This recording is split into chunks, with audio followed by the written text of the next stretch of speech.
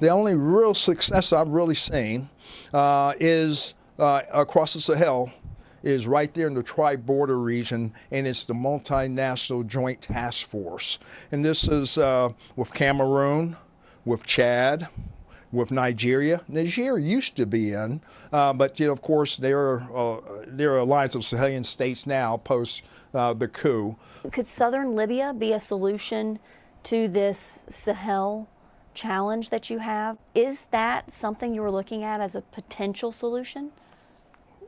We've affected the conversation. This is very much in the diplomatic realm. So we engage with the two military sides and the GNU and the LNA leadership, because we need to affect unity. We need to affect unity to move forward.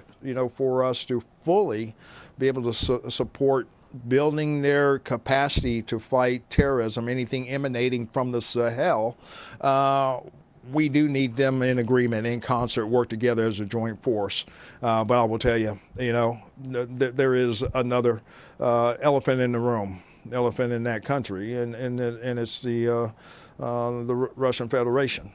And so their activities are irrespective of the law of armed conflict, irrespective of rules-based order, irrespective to human rights. So we want to be the preferred partner. We don't tell them to choose. Both the GNU and LNA understand that, and they have made overtures that they do want to work with us. So we're in the nascent stages, but they need to address the political impasse that they have between the East and the West. And so our State Department is working that effort. How big is Russia's Africa Corps?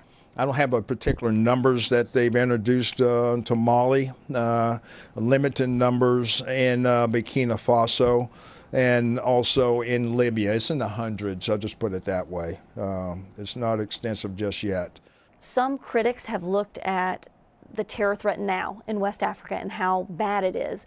And they point to France, and they point to the United States, and they point to Germany and others, and they say that the West has failed the Sahel. Do they have a valid argument? If we look at the numbers of the global index for terrorism, 40% of those killed across the globe came from the Sahel. So that's concerning. It emanated from the ideology, I would say, emanated down through Syria, through the Maghreb. Arab Spring contributed to it. The fall of Libya contributed to it. That's how it's grown and metastasized to the numbers you have today. But those that are joining those ranks are very few foreign fighters. They're indigenous to these countries. So that ideology, that caliphate, if you will, that jihad type ideology is preying upon the civil society, preying upon the military-age males. As we're resetting counterterrorism, of course, we pulled out of Niger, but we are engaging with coastal West Africa countries, because if we look at what direction is metastasized, is on the northern regions of Cote d'Ivoire, of Ghana, and Togo, and Benin.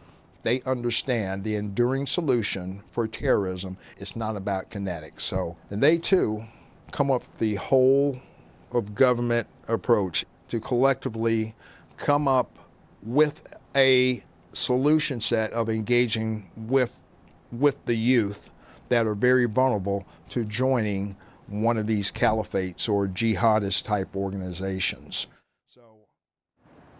For more on that report, I'm joined live from U.S. military headquarters by VOA's Pentagon reporter Carla Babb. Carla, from your interviews with senior AFRICOM leaders, it sounds like what the U.S. presence will look like in West Africa is still very much in flux. Well, Esther, good evening. That is right. General Langley told me that he has been going on a listening tour across West Africa to talk to the individual countries and find out what they need militarily or otherwise to try to get at this terror threat. In some cases, he says that, the U.S. finds that they can provide military help, whether it's intelligence, surveillance, reconnaissance, or perhaps training, advising, and assisting, or equipment, or even perhaps a state partnership program. That's where African nations are paired with the national guards of individual states in the United States. In other cases, he says it's not a military solution that these countries need. They need help for development programs and economic programs that USAID can provide. So they are still figuring out what that presence is going to look like. Those conversations, he says, are still ongoing. And Carla, since you are at the Pentagon, we know the U.S. military has been following very closely the Israeli attacks in Lebanon, especially after the killing of the leader Hassan Nasrallah. What are they saying at the Pentagon? What more are they talking about?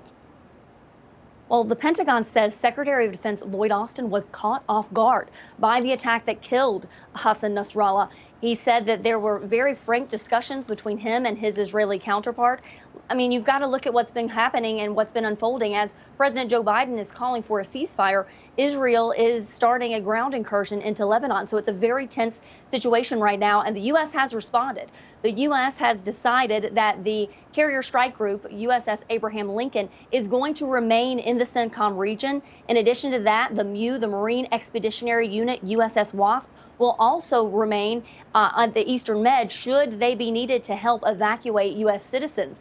And the U.S. has decided to send a few thousand additional forces to the Middle East. These are not ground troops. These are actually troops that will help with air power. I've been told that squadrons of F-10s, F-16s, and A-10s, F-15s, and F-16s are arriving, and one of them has already arrived in the region. So lots of changes underway because the U.S. wants to be prepared should an attack against its forces or an attack against Israel occur.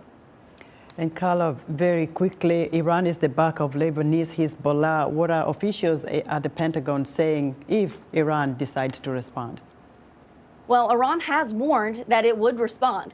And so U.S. officials are concerned now. In fact, you had mentioned that one official has said that an attack is imminent, and they want to be prepared to defend their troops, as I said, and also potentially defend Israel. Let's not forget that just in April, Iran launched an unprecedented attack, a direct attack against Israel that was not considered a successful attack. Most of the missiles that were fired were either intercepted by the U.S. or a coalition, or they failed to launch.